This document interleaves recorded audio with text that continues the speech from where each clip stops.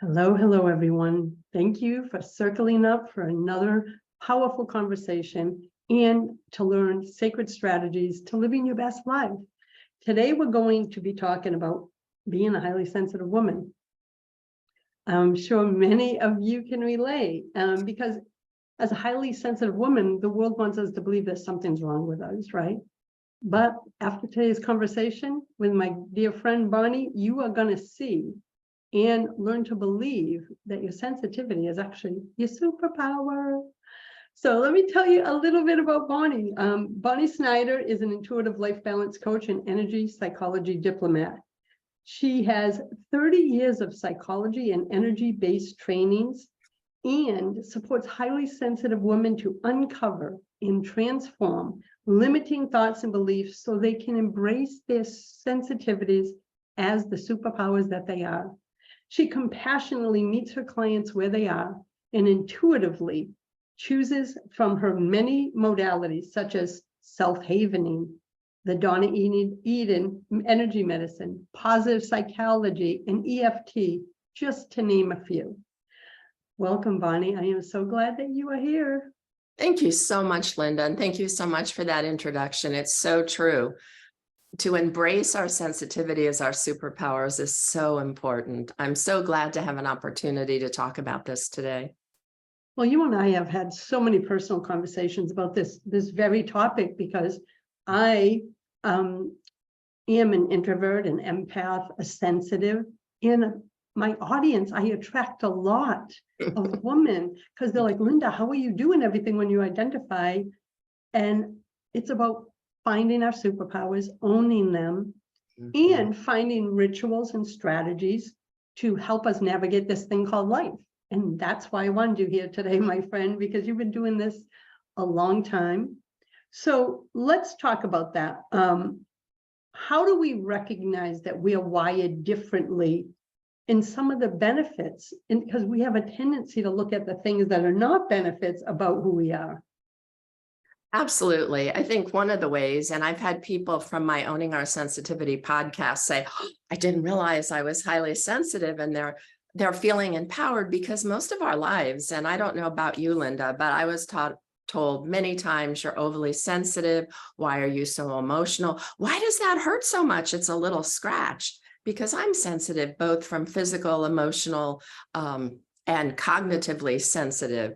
And I don't think people really understood years ago. I'm so excited that you're doing this, and there's so much more out about sensitivity, because I think with those messages, we start to feel like we're less than because we are more sensitive, or we need to unscrew a light bulb because it's so bright and it's bothering us, or put a paint can outside, or change our environment. And then we think there's something wrong with us because we're different. And for me, one of the most important things is to recognize that we are different. Our brains are different. How we are wired is different. What's so exciting is they're now doing imaging on our brains. And even Wikipedia says that we have deep processing because of what goes on in our frontal cortex. Think about, you have beautiful empathic abilities. Well, that's our mirror neuron sensing what's going on with someone else, or sensing what's in our environment. I remember my counseling practice, and this was before I knew I was a sensitive, people saying to me, you're so intuitive. And I thought, really? Isn't everybody like this? And I think that's another downside sometimes with our gifts. We think everybody has them and they don't. And as you said to begin with, that focus on the negative, it's really a big deal. And to be told, toughen up, you're a powder puff. And we take that in, it hurts our hearts. It does. And I have a granddaughter who's going to be 12, and she is a highly sensitive child, so intuitive, tapped into nature, and can get easily overstimulated, especially when she was a toddler. Now she's learning her power because she has me as a grandma, and her mom is also extraordinary at teaching her that to own her sensitivities, because we don't want her growing up feeling like something's wrong. But I can remember her being a toddler and being overwhelmed with loud noises, like when everyone started clapping, 70 people at her 2-year-old birthday party. That was traumatic for her. And so I knew right away, I said, oh, this baby's not growing up thinking something's wrong with her, as many in our generation. Yes. So how you described a little bit how we're wired differently. What are some of the ways? So if a woman is listening right now and she's like, I wonder if I am, what are some of the signs, more than what you just shared, that she may be able to identify for herself? I think the first piece, I think in childhood, we start to identify and we don't realize it. So I was fortunate. My parents moved us out in the country. Now, in one of the podcasts I talked about, I am not an outdoor girl. I'm a suburban girl. My three brothers all love the outdoors. But nature soothed me, and I didn't know that at the time. And for many people, it does. But for highly sensitive people, nature is really important. Another place, when I looked back and I didn't realize it, was I would drag my three brothers, and I had a kneeler and a chalice, and we would play church because I knew that there was something more than what was on this planet. And I think a lot of highly sensitive women in particular are so in touch with there's something greater going on. They're in touch with their bodies. They're in touch with that intuitive sense. They may even think, wow, how did I know that? That's part of our sensitivity. We have deep processing, deep cognitive processing, meaning we think things through almost sometimes to our detriment. We might get this loop of self-limiting beliefs, or we might really focus on something, allowing something to come back up again. Some of that's our intuition, which again is a part of how we're wired. That place in the heart where we know that deep, when you're feeling what's going on and all of a sudden you look around and go, but it's not me, what's going on? You're tapping into either someone else or what's out in the collective. Like right now, there's a lot of fear in the collective, and we have to step back and go, wait a minute, is it my fear? Or am I picking up multi-sensory what's going on? In fact, high sensitivity many times is called high sensory processing because we process so many different things. Are you the one who can see what needs to happen in your organization or maybe even your family? You can see ahead of time. That's because we're holistic thinkers. We think outside the box. And big picture think is like, I own my sensitivities now, but back before when I want to use the words, I wasn't awake to my own truth. So I was living, I was so disconnected in my first probably 35 years. But as I did inner work, and I want to discuss that too, as I did my inner work and brought myself out of my busy brain into my heart, which for the first 35 years, I didn't even know what that language meant. That is when I discovered my superpowers. That's when I could hear my own wisdom. Is that something that those who might not know they're highly sensitive struggle with too? They're up here and have forgotten to come into their body and heart. Oh, I so agree with what you just said. And you brought something up for me. I think because we feel different, many times we don't feel like we fit in. We may share something that nobody has any idea about. I mean, I even have that happen sometimes with one of our couple friends who just, they love me, but they don't see the nuances I do. It's so funny you say that in your head. They are very much in their head. And I think at times we try to fit in places instead of sinking into our hearts and understanding. And I had a situation happen and I thought, you know what? Doesn't matter if they don't understand me completely. They love me for who I am. I'm fortunate that way. But it's very hard sometimes with family to be able to say, you know, I don't want to go into that big group and have that ability to trust our gut, feel it in our heart instead of our head, as you're saying, oh, but what are they going to think of me? They're going to think there's something wrong with me. I'm going to feel bad again. So it's really important for us to trust our hearts. We have that wired. It's so available to us, unlike the 80% of the population. So you probably, Linda, know that orchid versus dandelion analogy. No. Do you know that? No, tell me that story. I would love to hear it. Oh my gosh. So if you look at highly sensitive, I want to give Elaine Aron so much credit because she really brought this to the forefront and did a lot of research. But there's a comparison of dandelions versus orchids. So 20% of the population, they're saying, is highly sensitive or have high sensory abilities, which would make us different. And 80% are wired differently. And on that point, I just want to say, we are an evolutionary leap. I didn't know if you knew that or not. The 80% of the dandelions, I love dandelions. I used to lay in the field in front of our house. My parents lived on 17 acres. And they weren't farmers, they were professionals, but somehow they knew the 4 children who are all sensitives needed a more protective environment. I love the dandelions, but they're hardy, Linda. They stay in the sun. They don't wilt. And they can handle a lot. They're very sturdy. Orchids, on the other hand, have you ever heard people complain about how hard it is to grow an orchid? I can't grow plants well. My grandmother was amazing. We had a huge garden, not me. However, I can grow orchids. Do you know why? Because I know the exact spot where they thrive. The perfect lighting, and as long as I do a little watering and nurturing them, they do beautifully. That's us. That's a beautiful analogy too, because you can see it, the hardiness compared to the delicateness. It doesn't mean one's better than the other, one's stronger than the other. It just means they're different and they each have their own unique abilities.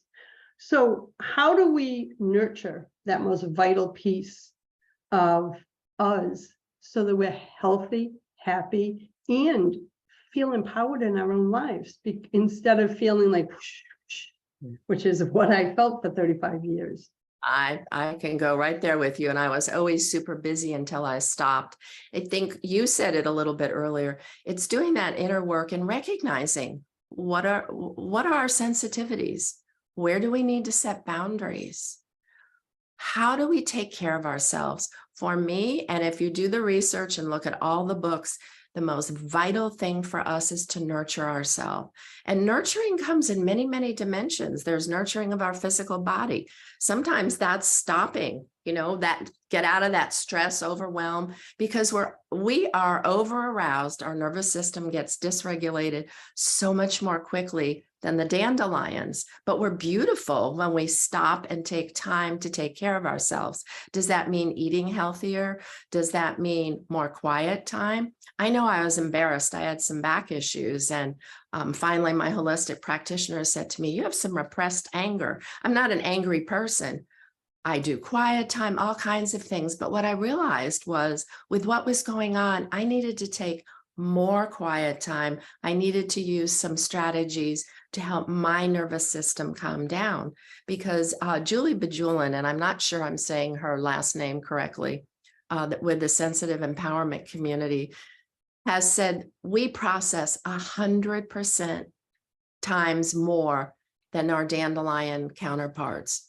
So you can imagine why it's necessary for us to take more self-care. You're going to say something. Go ahead. That related. Yeah, it just really resonated because I know the difference between when I lived in my head and feeling like I wasn't present in my own life, and there was so much stimuli. And of course, I wasn't living from my truth because I was up in my head. And then as you were speaking, I'm like, that was my journey. As I did the inner work, learned to come into my body. And most importantly, what you said is create sacred space in our day. And there's something else you mentioned earlier about nature. Back then, I didn't even see the beauty all around me. Now, I end every day on my dock because I discovered that for me, even 5 minutes out in nature, in between client calls, just regrounds me. So, this just everything you're sharing really speaks to the truth of how I transitioned into my superpowers instead of trying to bury them.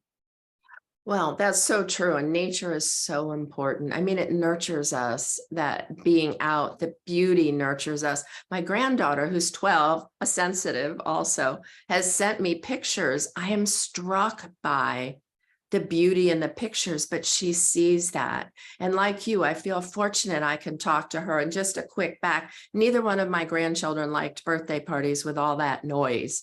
So they knew early enough, and their parents were like, that's okay.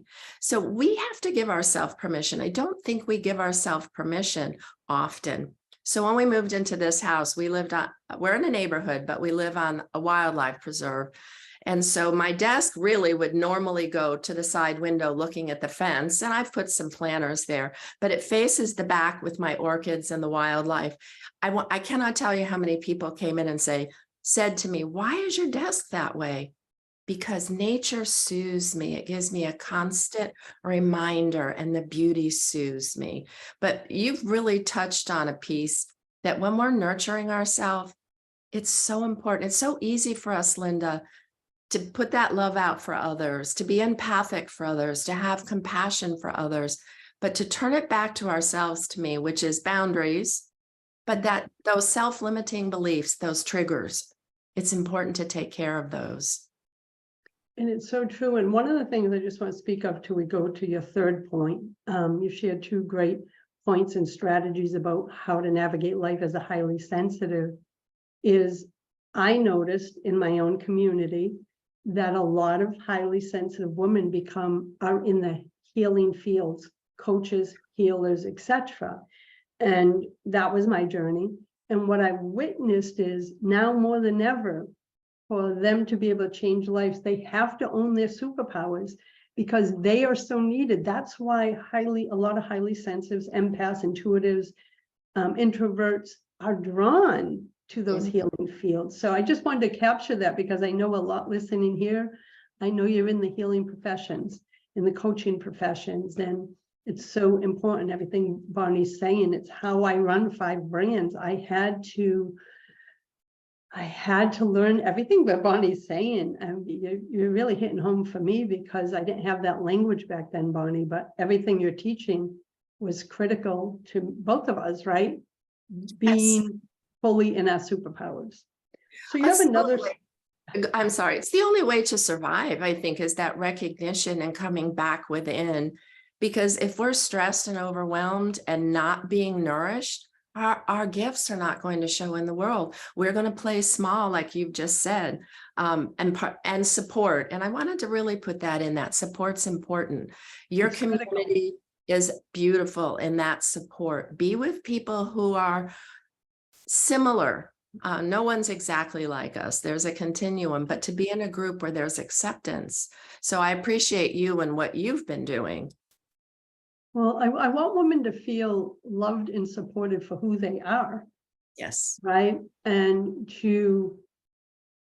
if they're identified with this, everything we're talking about today, to start to flip the script, that there's nothing wrong with them. It's okay. But they might have picked up negative connotations to those labels, and they're living those negative connotations and have taken on the energy of negative labels of being a highly sensitive. And I'm here to flip the script. The work that you've been doing for decades is about helping women embrace their highly sensitive nature. So I think it's so critical.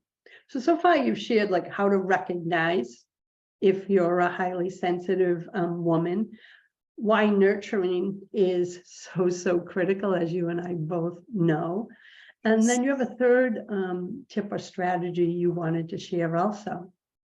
It's about honoring ourselves, and we've touched on that, but I don't believe as highly sensitive, high sensory humans, it's sometimes hard to imagine that others are not like us. But if we go back to the beginning of the conversation, we're here on the planet for a reason. And I believe particularly at this time because of our gifts. If we don't honor ourselves, we play small, we stay hidden. And you and I have talked many times about the energy we bring. And I can feel that within myself. I mean, I can trace back over the years when I felt more confident. Wow, I'm good at this. I didn't realize it. When I first learned energy modalities, honestly, Linda, I was ahead of everyone, but I thought there was something wrong with me. So what was although I did very well, what was the energy though that I was bringing when I wasn't with my client? Because then I was very focused on them. It was not my best self in other places. So honoring who we are, recognizing first, where are we? What works for us? What doesn't work for us? That's honoring ourselves.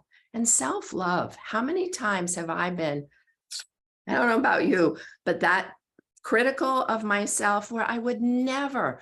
In fact, one day I was so upset with myself when I was having this pain and this repressed anger. I thought, I'm so compassionate for other people, but I'm not to myself. So I think That's a that's big one. it's a That's a big- huge piece. And right now, your gifts of sensitivity, creativity, empathic abilities, compassion, these are the gifts the world needs. Those are your superpowers. And I know women listening know that when they step back, but I can almost hear the but. If there's a but, it's a trigger, it's a story. Whatever you can do to release that. Talk to someone who supports you. Let them listen to those mirrors. We have to own it ourselves, but sometimes just having someone share something positive, take that in. And if you have trouble, do a process that helps you relieve your negative story. And another part that I think is so important, and you touched on it, is get in community with those who understand what being highly sensitive is, because once you give yourself that gift, and I can remember the shift of like, oh, they get me. I felt like I could open up and talk. And I know you do a lot of work with highly sensitive women, all your programs, your offerings. I call it like stepping into a sacred container, because right now, as a highly sensitive, for those who don't have support around them, who may be new to identifying yourself that way, you may feel lost because you're in this big energetic whirlwind of the world. So we need cocoons, like I call it sacred cocooning. So when you come into community with someone like Bonnie and listen to Bonnie's podcast, like surround yourself with the messages of your gift is a superpower, my friend. You will notice the difference. It is how I've transformed my life. I'm meant to do this alone. We need to come into energetic container, a safe space, and really tap into the energy and wisdom of others on that same path. It's beautiful. It's life-changing, actually, especially for a sensitive, because then you come from that big noisy outside world to have this safe place where you can share something, like with Bonnie in a session, and she gets it. And you're like, whoa, where you could share it with someone that doesn't identify or has no understanding whatsoever. And you can almost feel like them kind of looking at you like, what? What's wrong with you? Yes, because, and it's not a judgment of you, but highly sensitive, we take on their lack of knowledge as our truth. So give yourself that gift, ladies. If you're even like wondering, ooh, I wonder if I am, that wondering tells me that you are. Absolutely. You notice that too, Bonnie? Oh, absolutely. And don't dismiss your gifts. You know, people have said to me for a long time, and I'm very fortunate, Linda, as you, that as I have moved through accepting myself, I'm surrounded by more people who understand me, and people who love me that don't.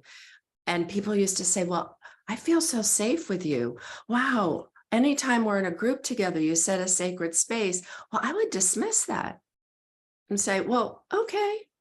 But that's one of my gifts. So ladies, don't dismiss what people are mirroring to you. They're your gifts and they're yours naturally. Yeah, and I love that about the mirroring, because I believe this, the divine, whatever name you want to give your source, I call source of love. When we receive those mirroring moments from somebody like, hey, you're a sacred space holder, etc., that is the divine sending you soul reminders, because you're not listening to your own truth. So it says, oh, I think she needs someone to hold up a mirror for her. So please take that in, listen, start in your journal, start noticing things you've heard multiple times in your lifetime, the positive ones, not the negative. Right. And say, there is a message there. That's what I started to do. And as I shared, Bonnie and myself have had numerous personal conversations, and we're so on the same path. That's why I wanted her here in this event, because I don't want another woman to struggle like I did, because I didn't have the knowledge, because we're going way back before, internet and all that. I didn't have the knowledge, connections, community to what helped me understand my sacredness.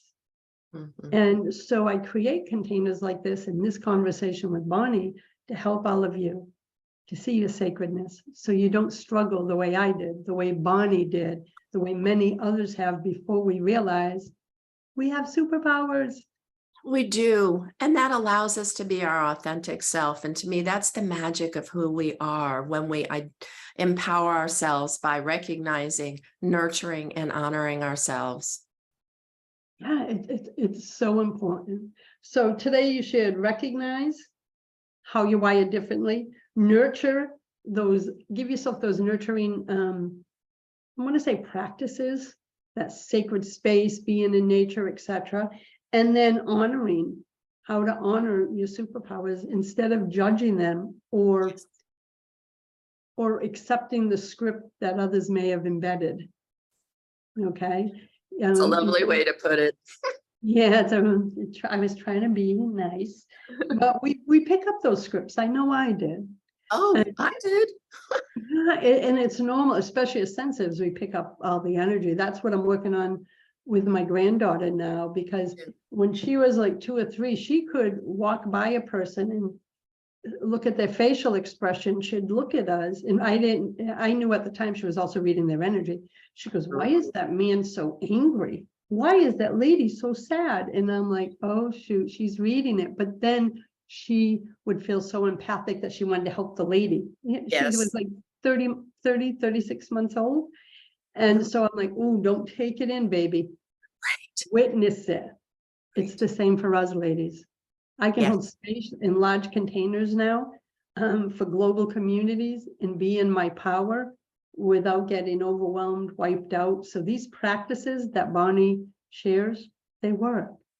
I have one to put in there for you because my granddaughter is the same. So I gave her a snow globe, said, shake it and breathe, deep breathing. And when the snow is all the way down, you've let it move all the way out of your body.